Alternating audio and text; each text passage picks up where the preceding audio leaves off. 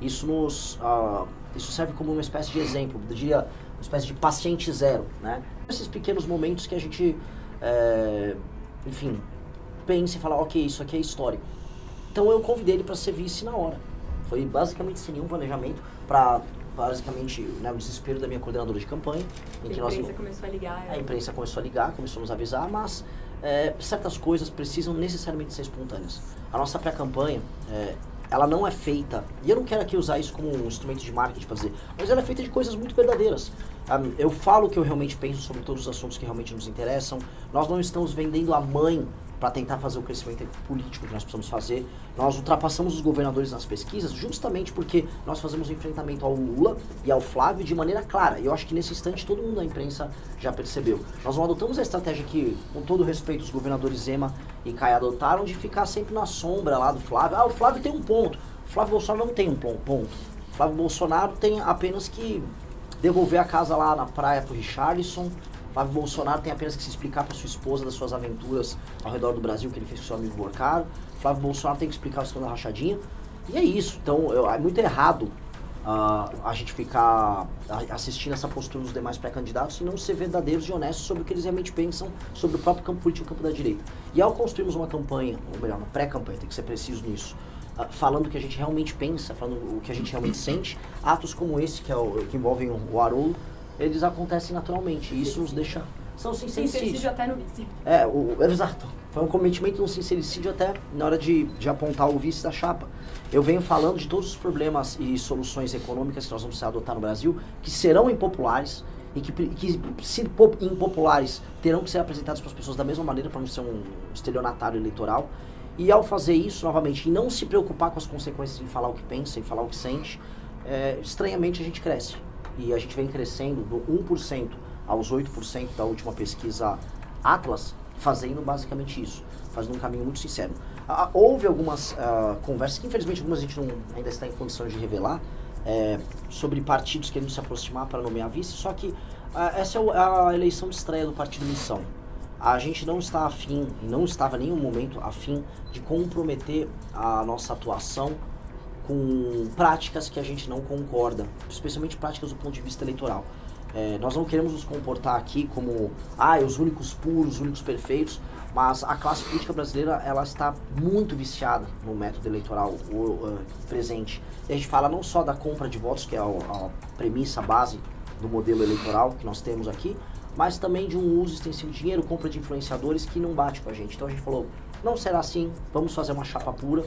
E nesse sentido a aproximação com o Haroldo foi muito, muito natural. Foi um processo natural. Eu acho que precisava alguém complementar. Meu maior problema é um problema de validação. Se fosse falar em termos meramente eleitorais, validação e aceite por parte das pessoas mais velhas.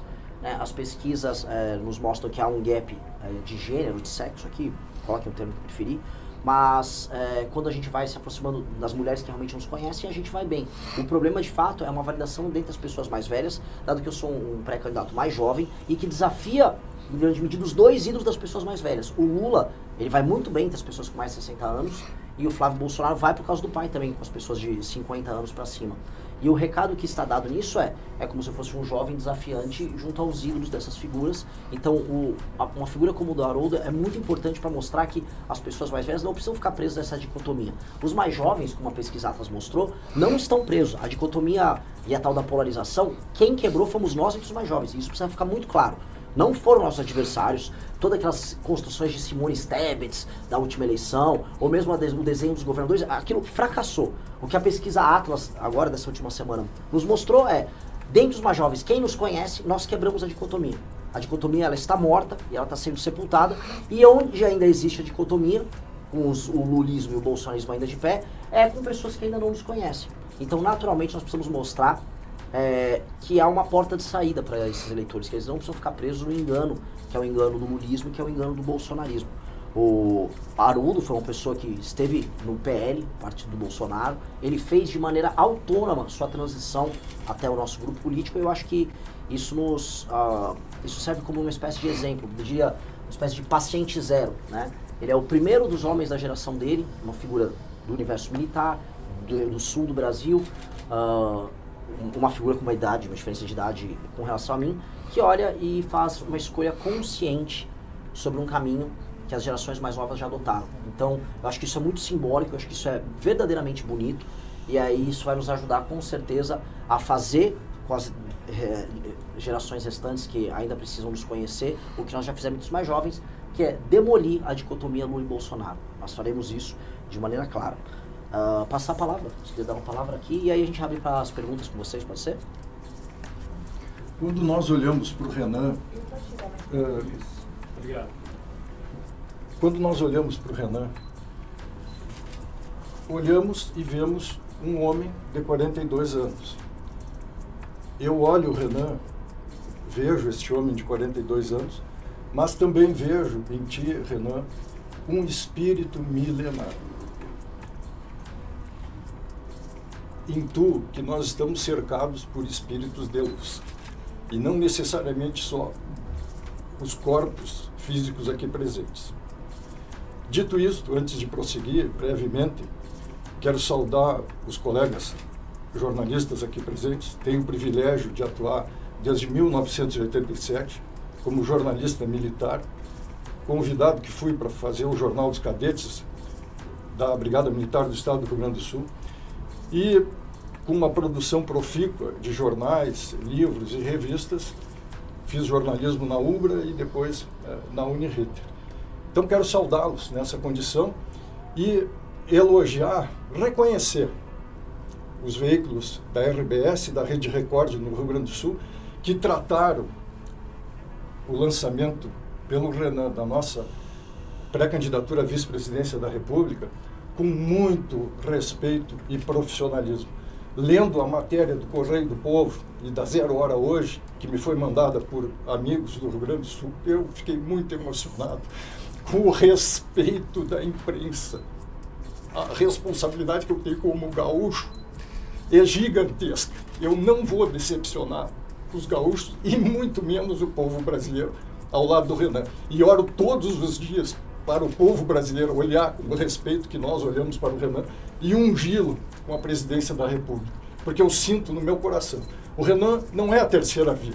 O Renan, para mim, é o único caminho a ser seguido, pelo histórico do governo atual e o histórico do governo que eventualmente poderia ser exercido por Flávio Bolsonaro. Considerando o histórico político de ambos, onde a improbidade administrativa, usarei um termo genérico, ela foi vilipendiada. E quando eu olho para o Renan, e vou concluir agora, eu lembro do artigo 37 da Constituição Federal do Brasil. Lá estão elencados os princípios básicos da administração pública. E é fácil memorizá-los, porque a palavra alude à limpeza, limpe, legalidade, impessoalidade, moralidade, publicidade e eficiência. Lendo o que significa cada uma dessas palavras, eu vejo estas palavras amalgamadas no nosso pré-candidato à presidência da República. Então me perfilo e presto a minha continência garbosa e bem sincera à nação brasileira e ao próximo presidente do Brasil, com a permissão dos brasileiros que vão nos assistir. Presidente.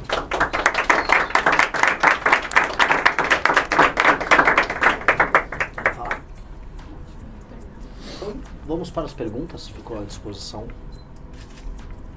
Um de cada vez. Quem começa? Eu tenho uma pergunta. Coronel, por que o senhor decidiu deixar o PL?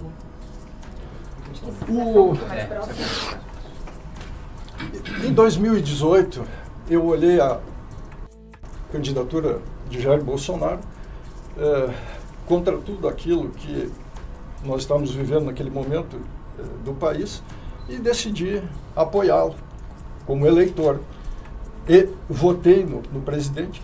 E ao longo do período que se sucedeu do governo, vendo tudo aquilo que aconteceu na pandemia, por exemplo, né, vários erros estratégicos cometidos, principalmente no que se refere à saúde pública, e no exemplo que um chefe de nação deve dar para o seu povo, eu fui me decepcionando.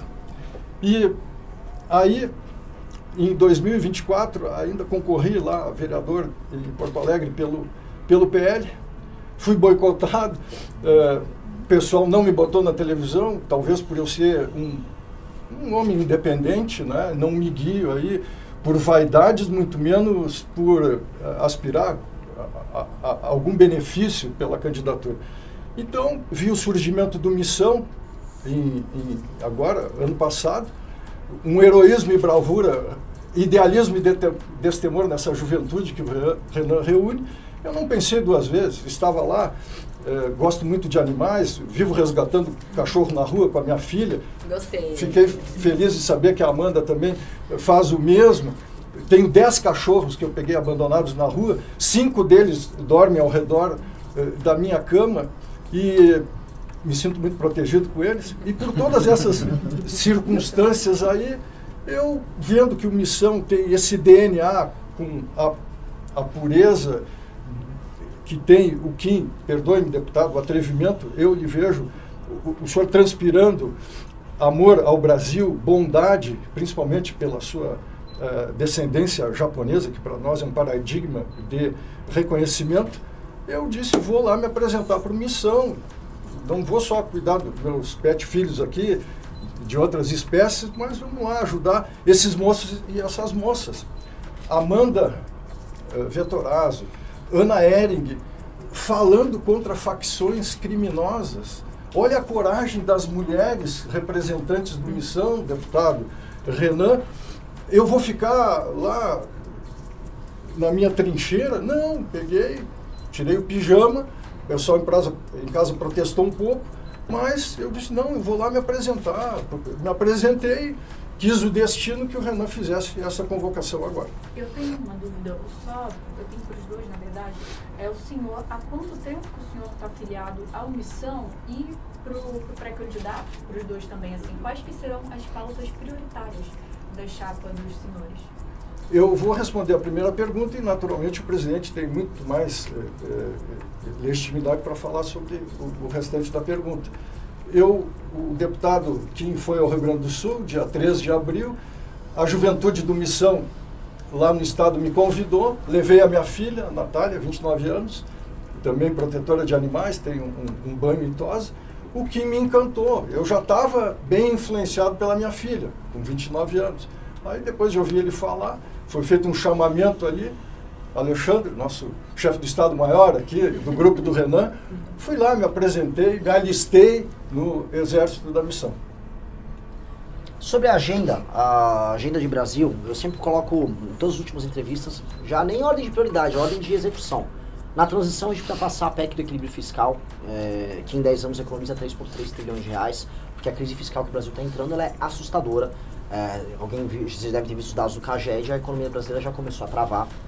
Nós temos que fazer alterações nas leis penais, leis de execução penal e trazer o que a gente chama de direito penal do inimigo para que o presidente da República, já a partir do dia 5 de janeiro, possa iniciar um combate muito duro com relação a facções para permitir que os brasileiros possam andar na rua e usufruir da sua liberdade, que hoje é meramente nominal.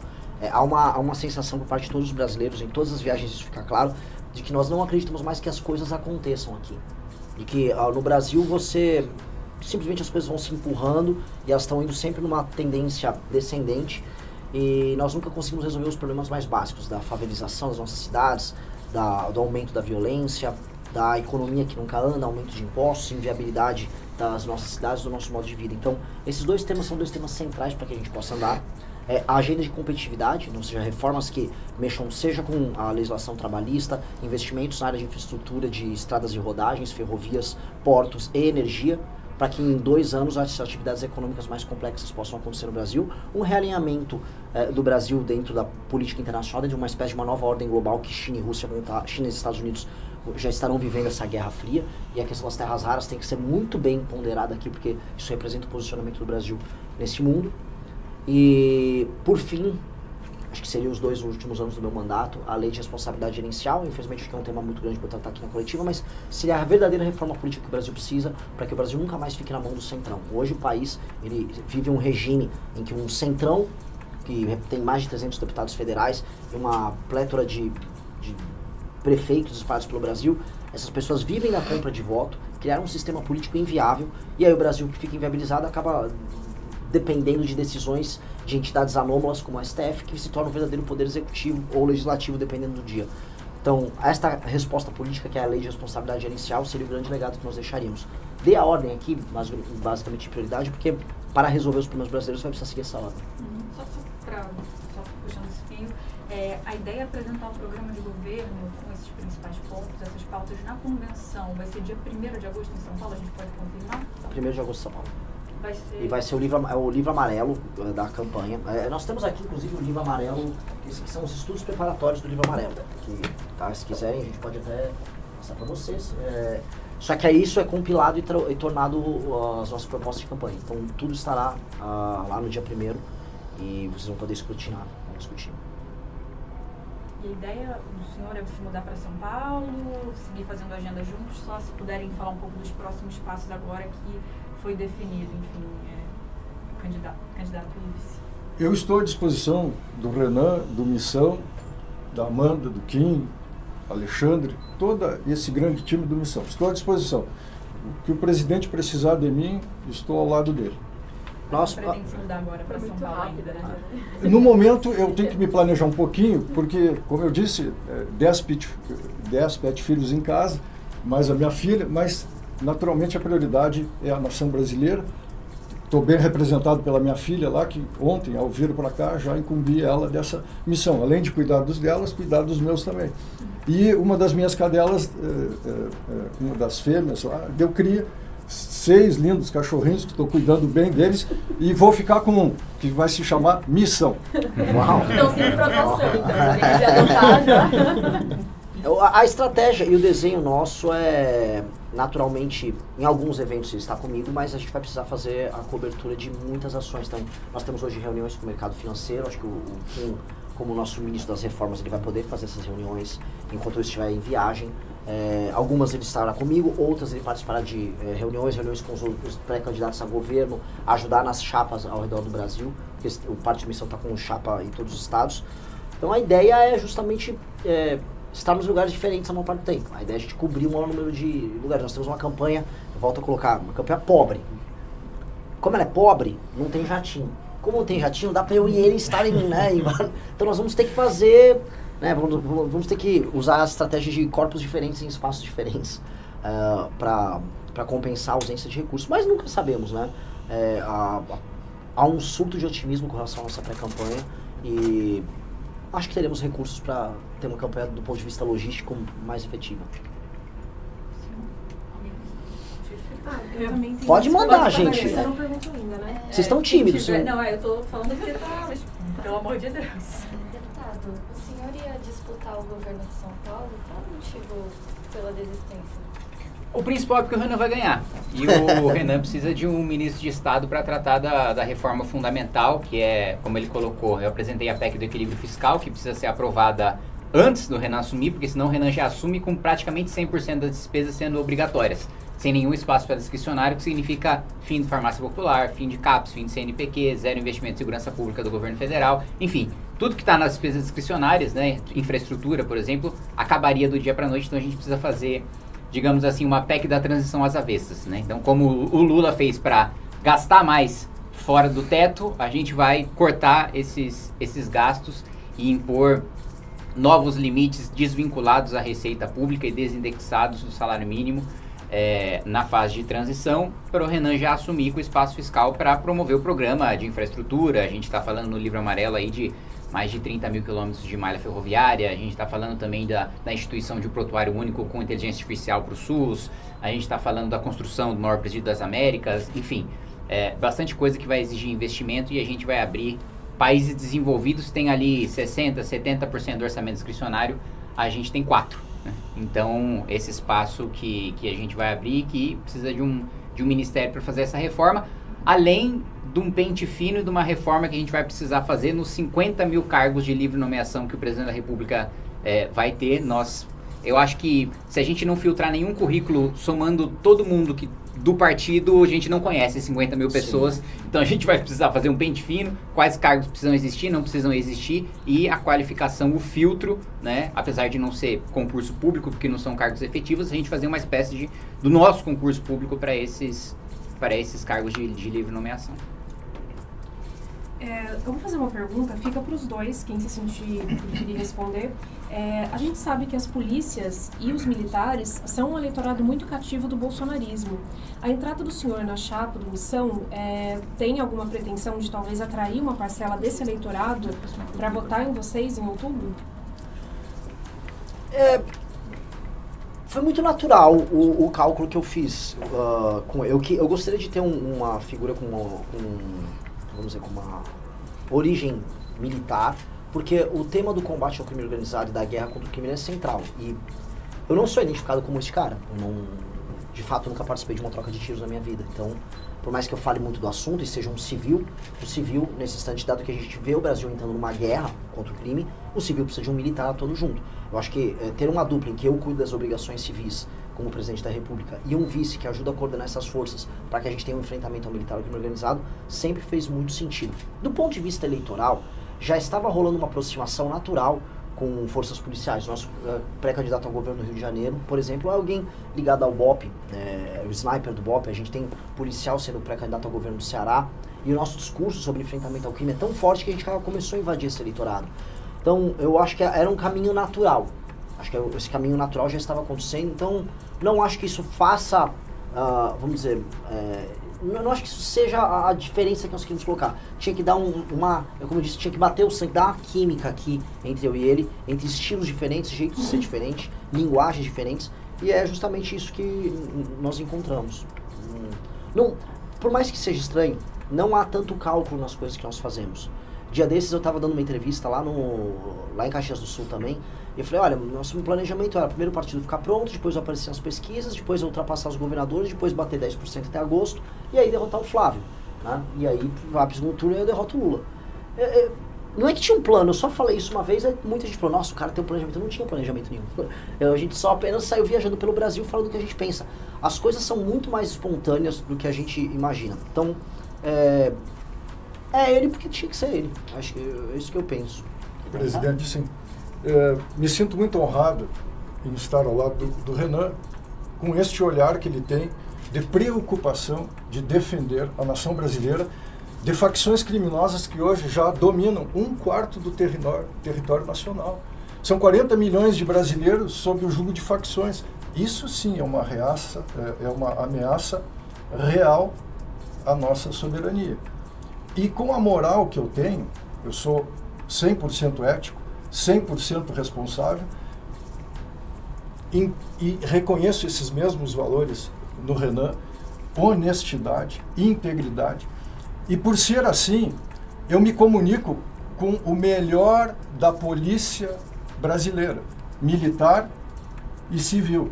Eu tenho certeza que esse contingente de policiais militares do bem, há eventuais desvios de conduta que devem ser combatidos, sou um representante que vou conversar com esses policiais. E a nação brasileira, escolhendo Renan Santos, eu faço aqui, empenho a minha palavra. Nas principais operações da Polícia Nacional, Militar e Civil, Federal, eu estarei lá nessas operações.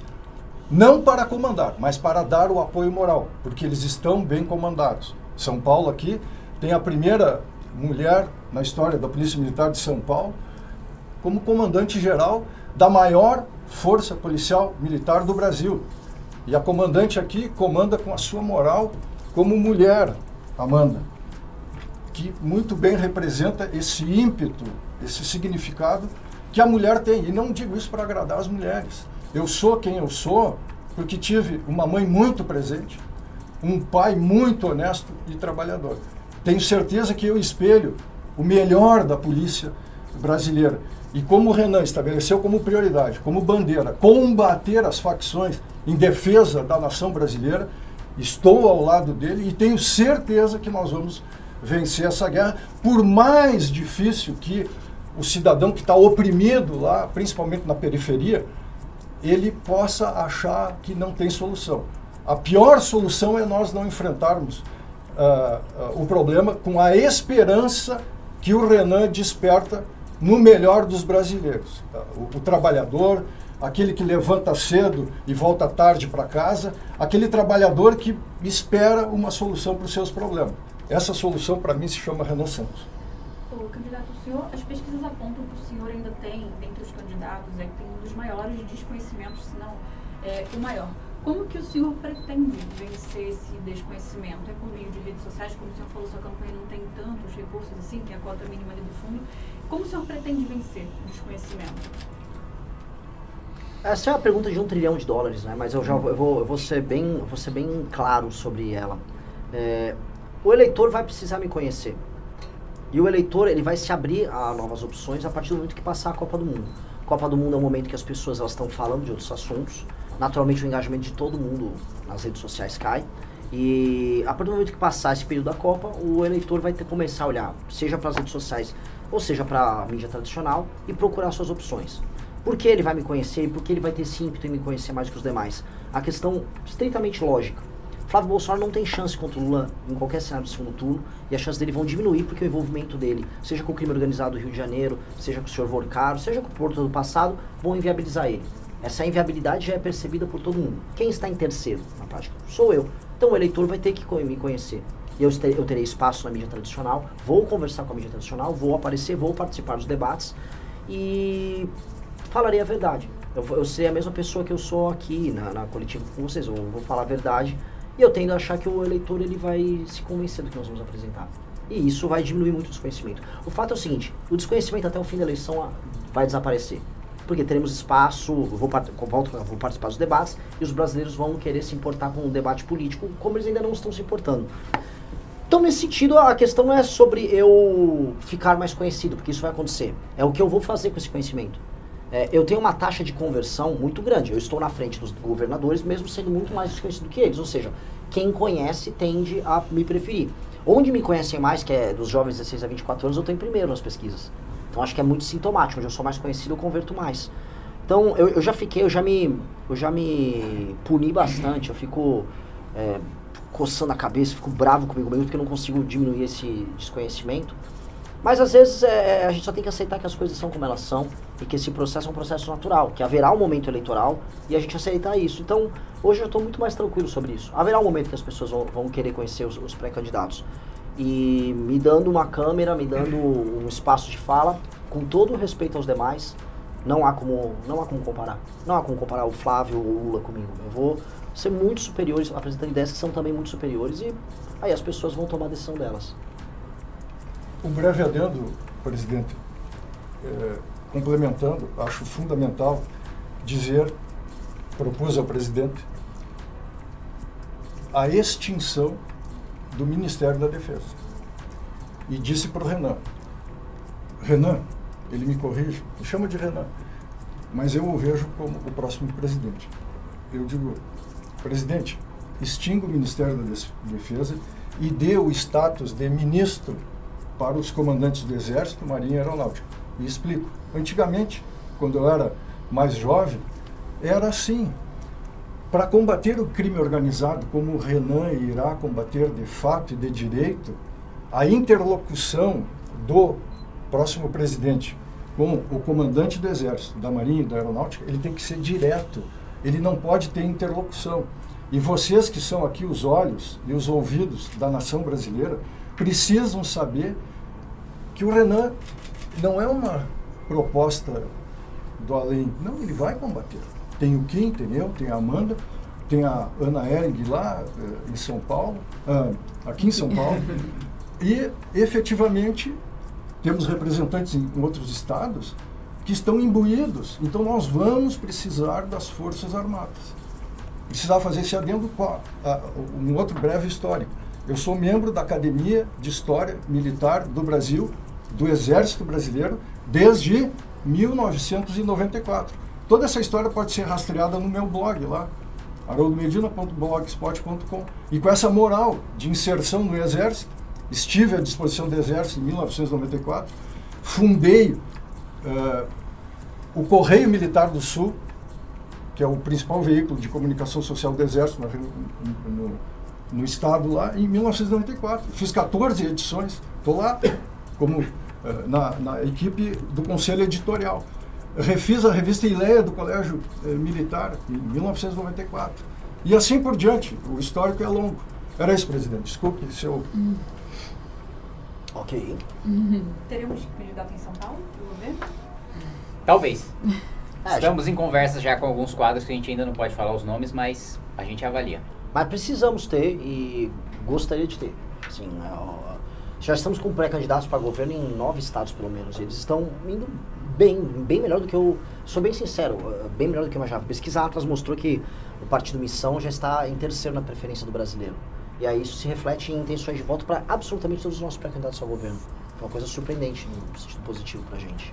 Uma coisa importante de colocar em relação às candidaturas ao governo é que a eleição acaba sendo muito nacionalizada aos governos. Acabou aquela história de se eu tenho máquina, se eu tenho apoio regional, eu venço. Se isso ainda fosse verdade, Rodrigo Garcia era governador, né? A maior parte dos prefeitos estavam com ele era governador do estado, disputava a reeleição. A eleição do Tarcísio foi basicamente não pelo carisma próprio dele, mas pela nacionalização da eleição. Então acho que a candidatura do Renan fortalece bastante e nesse sentido é importante ter uma candidatura no estado de São Paulo, por isso que a gente se esforça para formar essa chapa e para anunciar para vocês caso a gente confirme.